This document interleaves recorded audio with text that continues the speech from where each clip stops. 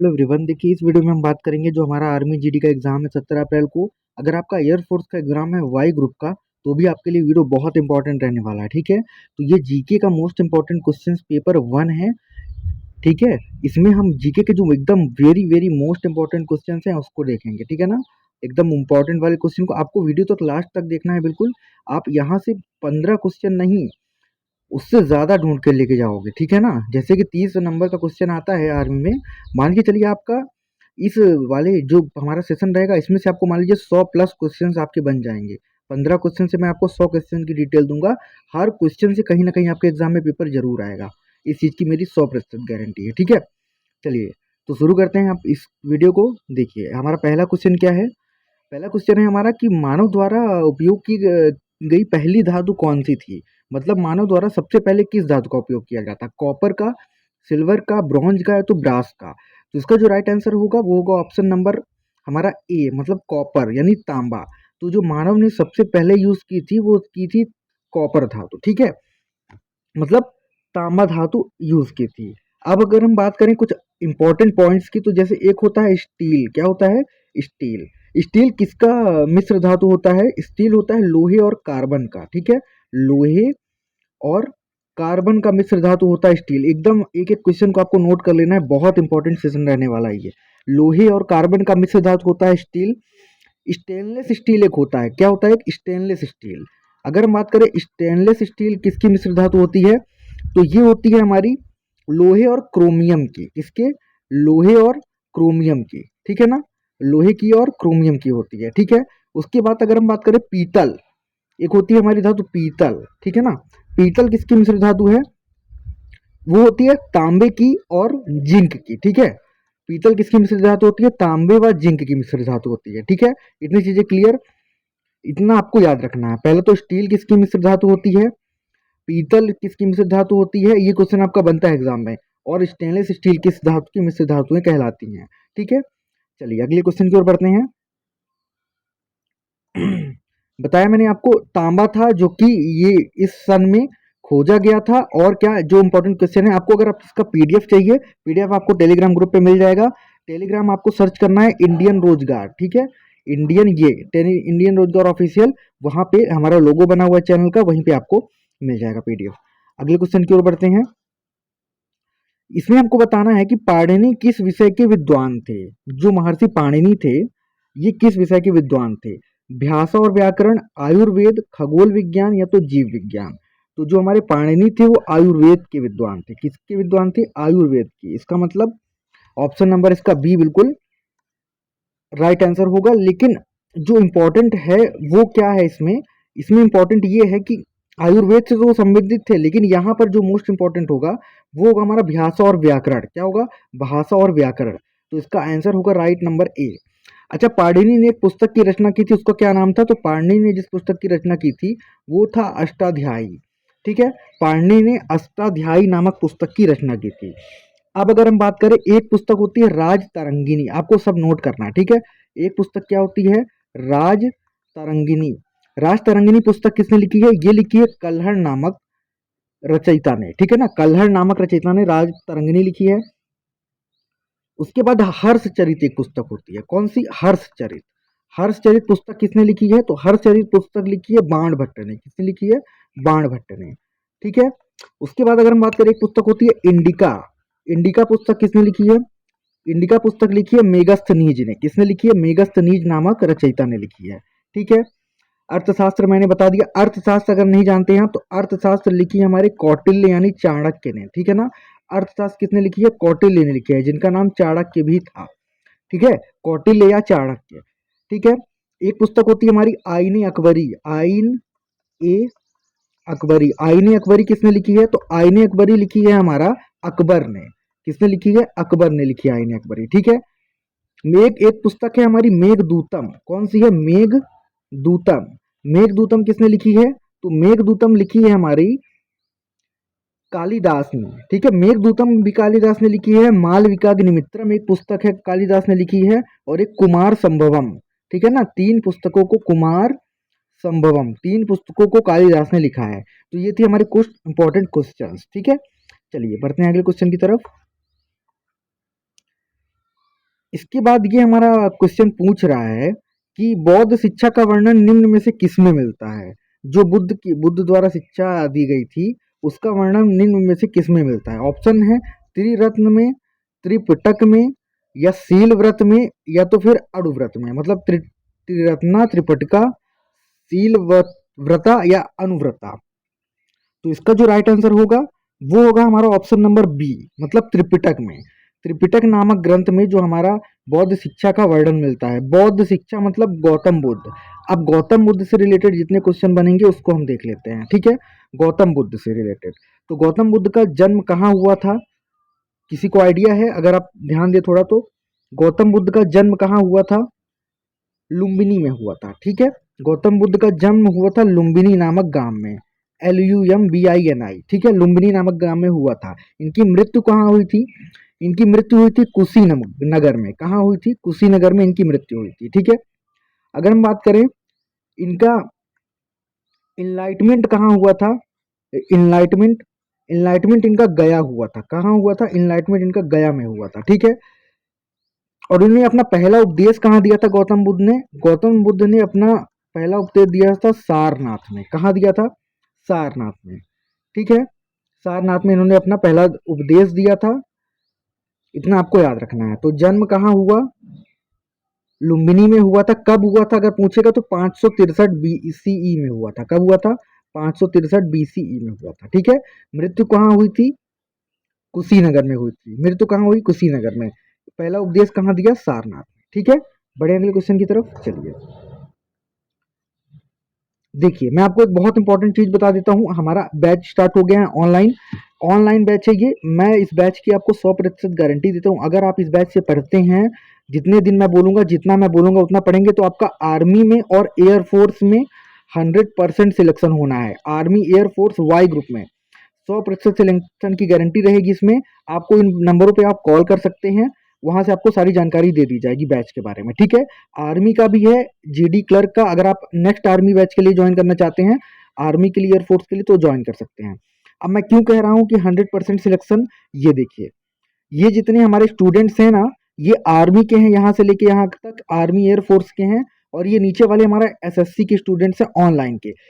ये जस्ट एक साल पहले के बैच के स्टूडेंट्स हैं। ये हमारा दूसरा बैच है, ये पहले बैच के स्टूडेंट्स हैं। इसमें से हमने 30 बच्चों का बैच लॉन्च किया था। 30 में से 30 सभी का आर्मी और एयरफोर्स में सिलेक्शन हुआ था, ठीक है। 100% सिलेक्शन बैच है। आपको ज्वाइन करने के लिए इस नंबर पे कॉल करना है, 9993279747। वहां से आपको मिल जाएगा। और अगर आपको ये आर्मी के लिए, अगर आपको इसी तरह की एक PDF चाहिए, कंप्लीट PDF, जिसमें GK साइंस सब कुछ हो, जहां से आपके 50 नंबर पक्के हो जाएंगे 100%, तो आपको क्या करना है, डिस्क्रिप्शन में एक लिंक दी होगी इंस्टा मोजो की, IMOJO करके लिखा रहेगा। ई बुक लिंक लिखा होगा, उसके बगल में एक लिंक दी गई होगी। उसी लिंक में आप क्लिक करेंगे तो आपको वो बुक मिल जाएगी, ठीक है। चलिए बढ़ते हैं अगले क्वेश्चन की तरफ। इसके बाद बता रहा है हमें कि गेटवे ऑफ इंडिया का निर्माण कब हुआ था, ये हमें बताना है, ठीक है। गेटवे ऑफ इंडिया का निर्माण कब हुआ था? 1911 में, 1927 में, या 1857 में, या तो फिर 1947 में। क्या होगा इसका राइट आंसर? इसका राइट आंसर क्या होगा? ऑप्शन नंबर ए की, option number B, option number C, या ऑप्शन नंबर डी। तो इसका जो राइट आंसर होगा वो होगा ऑप्शन नंबर ए, मतलब 1911 में। गेटवे ऑफ इंडिया का निर्माण कब हुआ था? 1911 में हुआ था। किसने इसे डिजाइन किया था? देखिएगा, ध्यान रखिएगा, जॉर्ज विवेट ने इसे डिजाइन किया था। किसने डिजाइन किया था? जॉर्ज विवेट ने, ठीक है ना। और अगर हम बात करें, ये है कहाँ, गेटवे ऑफ इंडिया कहाँ है? कमेंट सेक्शन में आपको बताना है कि गेटवे ऑफ इंडिया कहाँ स्थित है, ठीक है। कमेंट सेक्शन में आपको बताना है कि गेटवे ऑफ इंडिया कहाँ स्थित है। चलिए आगे बढ़े हम। कुछ और आपको मैं इंपॉर्टेंट चीजें बता दूं। देखिए, अगर हम बात करें जामा मस्जिद, जामा मस्जिद, JAMAMASJID, जामा मस्जिद कहाँ स्थित है? दिल्ली में ही है। इसका निर्माण किसने किया था? इसका निर्माण किया था शाहजहां ने। किसने किया था? शाहजहां ने, ठीक है। लाल किला का निर्माण, लाल किला का निर्माण भी शाहजहां ने ही किया था, ये भी दिल्ली में ही है, ठीक है ना।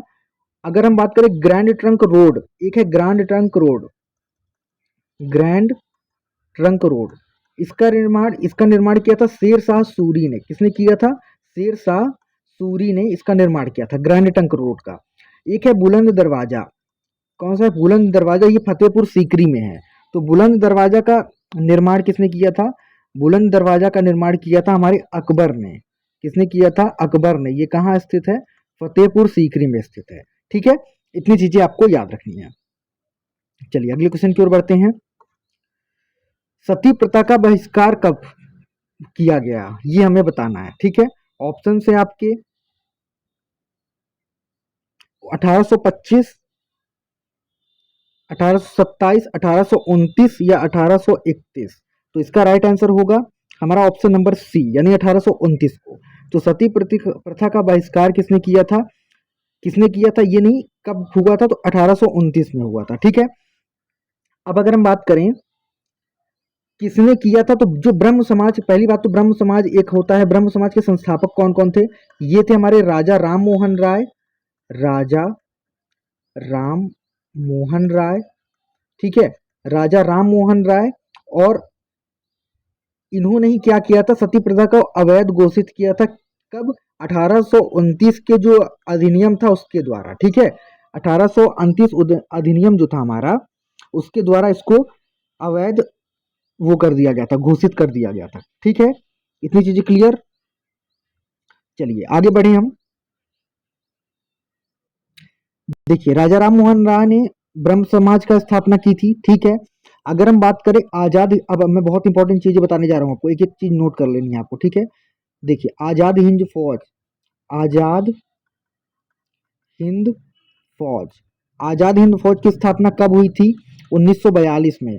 किसके द्वारा हुई थी? लिख लीजिएगा, मोहन सिंह और रास बिहारी बोस के द्वारा।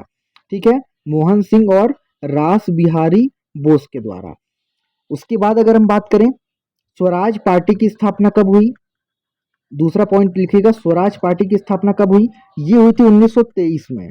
इसको किसने किया था? मोतीलाल नेहरू ने, मोतीलाल नेहरू ने और चितरंजन दास ने, सी दास। ठीक है, मोतीलाल नेहरू ने और चितरंजन दास ने।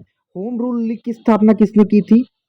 होम रूल लीग, इसकी स्थापना किसने की थी? होम रूल लीग की स्थापना ये हुई थी 1916 में। और किसके द्वारा की गई थी? ये की गई थी तिलक और एनी बेसेंट के द्वारा, मतलब बाल गंगाधर तिलक के द्वारा और एनी बेसेंट के द्वारा। ठीक है, एनी बेसेंट के द्वारा। ठीक है, ये आपको याद रखना है। एक थी हमारी गदर पार्टी। गदर पार्टी की स्थापना किसके द्वारा की गई थी? 1913 में। तो गदर पार्टी की स्थापना 1913 में की गई थी लाला हरदयाल और काशीराम के द्वारा। लाला हरदयाल और काशीराम के द्वारा गदर पार्टी की स्थापना की गई थी। इंडियन नेशनल कांग्रेस, आईएनसी मतलब कांग्रेस, इसकी स्थापना 1885 में एओ ह्यूम ने की थी। किसने की थी? एओ ह्यूम ने की थी। ठीक है, इतने पॉइंट्स आपको याद रखने हैं। वीडियो को रोक करके आपको नोट कर लेना है, उसके बाद आगे बढ़ना है। चलिए बढ़ते हैं अगले क्वेश्चन की तरफ। अगला क्वेश्चन है हमारा कि बंग भंग उद्देश्य क्या, बंग भंग का उद्देश्य क्या था? ऑप्शन नंबर ए है हमारा मुस्लिम डिमांड, मुसलमानों की डिमांड करना। या तो ऑप्शन नंबर बी हिंदू और मुसलमानों को संतुष्ट करना। ऑप्शन नंबर सी विद्रोह दबाना। या ऑप्शन नंबर डी पश्चिमी और पूर्वी बंगाल के हिंदुओं का विभाजन करना और हिंदू मुसलमान तनाव। क्या होगा इसका right answer? Option number D. ठीक है, क्या होगा right answer? Option number D, मतलब पश्चिमी और पूर्वी बंगाल के हिंदुओं का विभाजन करना और हिंदू मुसलमान तनाव। ठीक है, अब हमने देखा बंग बंद आंदोलन, तो अब हम जितने मोस्ट इंपॉर्टेंट आंदोलन हुए हैं, जैसे पहला था हमारा भारत छोड़ो आंदोलन। ठीक है, कौन सा? भारत छोड़ो आंदोलन। ये कब हुआ? भारत छोड़ो आंदोलन कब हुआ? 1942 में। ठीक है, नोट करते जाइएगा आप। उसके बाद एक था हमारा चंपारण सत्याग्रह। चंपारण सत्याग्रह कब हुआ? ये हुआ 1917 में। ठीक है, उसके बाद आपको नोट करना है खेड़ा सत्याग्रह। खेड़ा सत्याग्रह कब हुआ? खेड़ा सत्याग्रह हुआ हमारा 1918 में। ठीक है, उसके बाद आपको नोट करना है चौरा चौरी कांड। ठीक है, चौरा चौरी कांड। चौरा चौरी कांड कब हुआ था? ये हुआ था हमारा 1922 में। कब हुआ था? 1922 में। उसके बाद अगर हम बात करें साइमन कमीशन भारत कब आया? साइमन कमीशन भारत ये कब आया? साइमन कमीशन का भारत में आगमन कब हुआ था? ये हुआ था हमारा 1928 में। ठीक है ना, इतनी चीजें आपको नोट कर लेनी है। और अगर मैं बता दूं तो एक था असहयोग आंदोलन, इसको भी नोट कर लीजिए आप, असहयोग आंदोलन। असहयोग आंदोलन कब हुआ था? असहयोग आंदोलन, जिसको हम क्या बोलते हैं, नॉन कॉर्पोरेशन मूवमेंट, ये हुआ था हमारा 1920 में। ठीक है, इतने पॉइंट्स आपको नोट कर लेने हैं अच्छे से। चलिए बढ़ते हैं अगले क्वेश्चन की तरफ। ये क्वेश्चन कह रहा है हमें कि निम्न में से कौन सा बिल संसद के दोनों सदनों में विशेष बहुमत से पास होना अनिवार्य है? सामान्य बिल, या option number B money bill, option number C finance bill, या ऑप्शन नंबर डी संविधान संशोधन संबंधी बिल। तो क्या होगा इसका राइट आंसर? इसका राइट आंसर क्या होगा, कोई बता सकता है? इसका जो राइट आंसर होगा वो होगा ऑप्शन नंबर डी, मतलब संविधान संबंधी संशोधन बिल। अब ये इंपॉर्टेंट नहीं है, ठीक है ना, आपको ये इतना ज्यादा इंपॉर्टेंट नहीं, बस ये क्वेश्चन आपको याद कर लेना है। अब मैं जो मोस्ट इंपॉर्टेंट चीजें बताने जा रहा हूं उसको आपको बिल्कुल रट लेना है, ठीक है। जो एकदम मोस्ट इंपॉर्टेंट चीजें मैं बताने जा रहा हूँ उसको आपको रट लेना है। देखिए मैं आपको बता देता हूँ लोकसभा के बारे में आज, ठीक है। इस वीडियो में अब मैं इस पॉइंट में आपको लोकसभा के बारे में बता देता हूँ। देखिए नोट करना चालू कर दीजिएगा। पहला क्वेश्चन ये होता है हमारा कि जो लोकसभा होती है उसमें उसका लोकसभा के सदस्यों का कार्यकाल कितना होता है? ये होता है 5 वर्ष का, ठीक है। आपको लिखना है लोकसभा के सदस्य का कार्यकाल 5 वर्ष। उसके बाद अगर हम बात करें सबसे मतलब मिनिमम एज कितनी होनी चाहिए लोकसभा सदस्य बनने की, तो मिनिमम एज होनी चाहिए आपकी 25 वर्ष, ठीक है। इस कार्यकाल बता दिया मैंने, कितनी एज होनी चाहिए वो बता दिया मैंने। उसके बाद अगर हम बात करें इस लोकसभा के अध्यक्ष का चुनाव कौन करता है? जो लोकसभा अध्यक्ष होता है हमारा उसका चुनाव कौन करता है? तो वो करते हैं हमारे लोकसभा के सदस्य। जो लोकसभा के सदस्य होंगे ना वही उसका चुनाव करेंगे, मतलब सदस्यों द्वारा। किसके द्वारा? सदस्यों द्वारा इसका चुनाव किया जाता है। अगर हम बात करें पहले लोकसभा अध्यक्ष कौन थे, पहले लोकसभा एकदम मतलब जब लोकसभा की शुरुआत हुई थी तब हमारे अध्यक्ष कौन थे? तो जो पहले लोकसभा अध्यक्ष थे हमारे वो थे जीवी मावलंकर। कौन थे? जी वी मावलंकर, ठीक है, जी वी मावलंकर, ठीक है। पहली महिला अगर हम बात करें महिला अध्यक्ष कौन थी लोकसभा की, तो महिला अध्यक्ष थी हमारी मीरा कुमार। कौन थी? मीरा कुमार थी पहली महिला अध्यक्ष, ठीक है ना। इतनी चीजें क्लियर। उसके बाद अगर हम बात करें लोकसभा में सदस्यों की संख्या सबसे ज्यादा कितनी, मतलब कितनी सीट मैक्सिमम हो सकती हैं? मैक्सिमम सीट अगर आपसे पूछेगा तो वो होगी 500, मतलब मैक्सिमम सीट मतलब मैक्सिमम लोगों की संख्या, तो 552। सबसे ज्यादा 552 हो सकते हैं। और अगर इस समय कितने हैं तो वर्तमान अगर पूछेगा कि वर्तमान में लोकसभा सदस्यों की संख्या, तो 545। इतनी चीजें आपको नोट करनी है, ठीक है। चलिए अगले क्वेश्चन की ओर बढ़ते हैं। ये क्वेश्चन है हमारा कि भारत की मानक रेखा किस शहर के निकटतम से गुजरती है? जो मानक रेखा है भारत की वो किस शहर के निकटतम से गुजरती है? जयपुर, कोलकाता, अहमदाबाद या इलाहाबाद? तो कहां से गुजरती है? ये गुजरती है हमारे इलाहाबाद से, देखिएगा, ठीक है ना। इलाहाबाद से ये मैप वगैरह दिया हुआ है आपको, तो पीपीटी आपको पीडीएफ मिल जाएगा आपके टेलीग्राम चैनल पर। देखिए जो भारतीय मानक समय रेखा, मतलब ये भारतीय मानक समय रेखा कितनी होती है?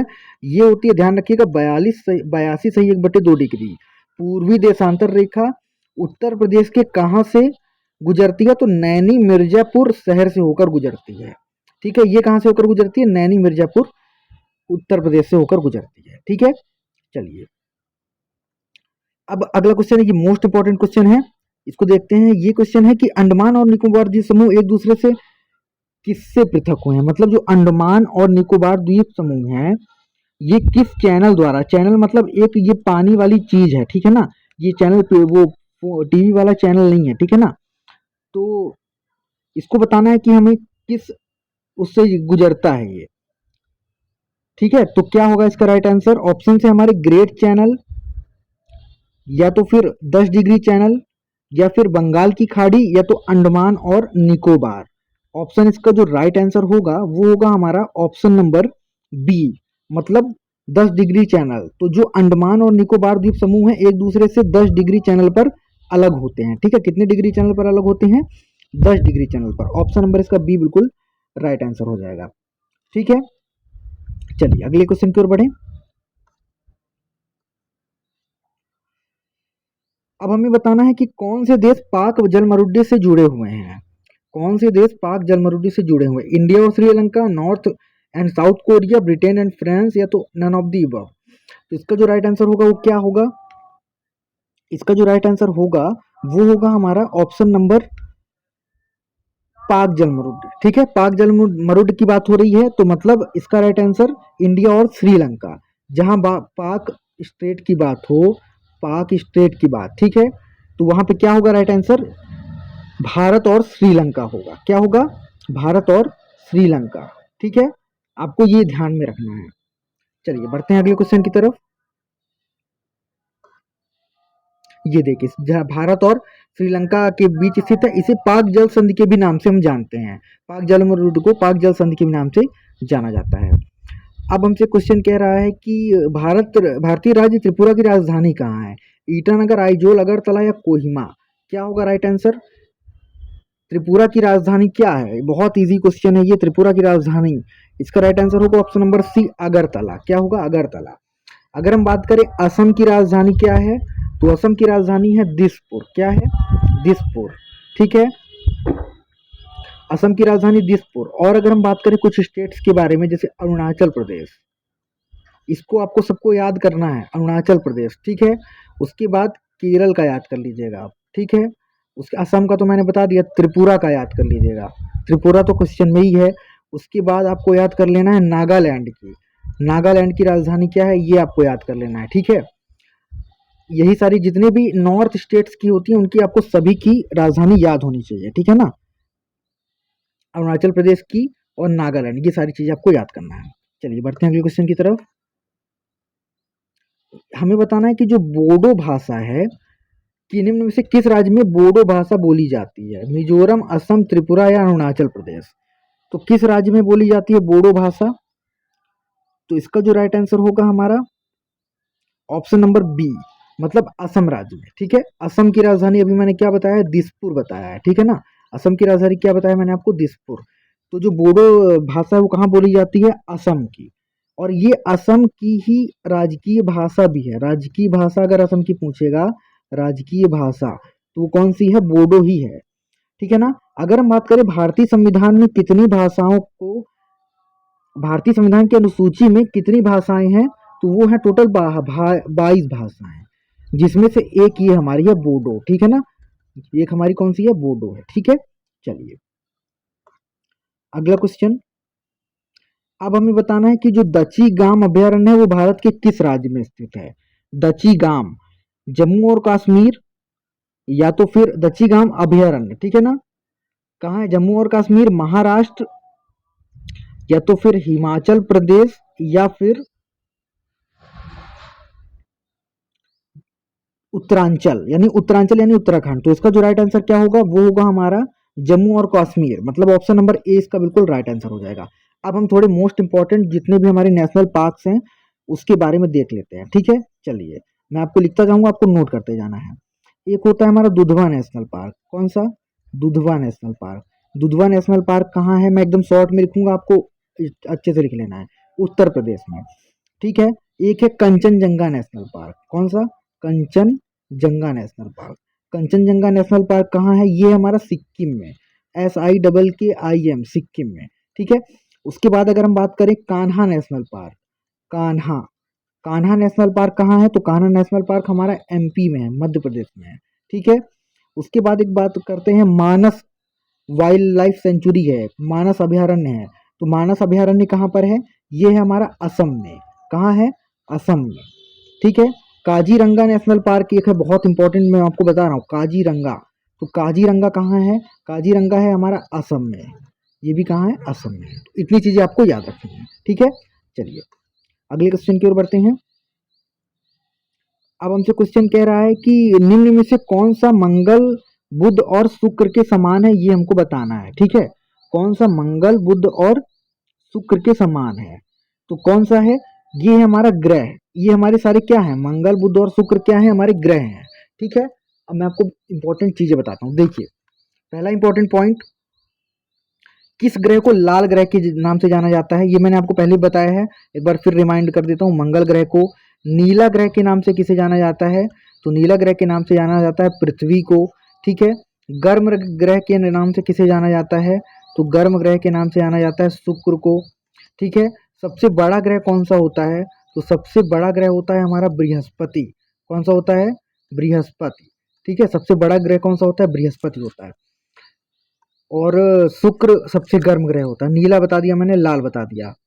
ठीक है, इतनी चीजें आपको याद रखनी है। ये लाल क्यों होता है, लाल ग्रह इसको हम क्यों कहते हैं, क्योंकि इसमें आयरन ऑक्साइड और फेरिक ऑक्साइड होता है। ठीक है, आयरन और क्या होता है, फेरिक होता है, इस वजह से ये लाल होता है।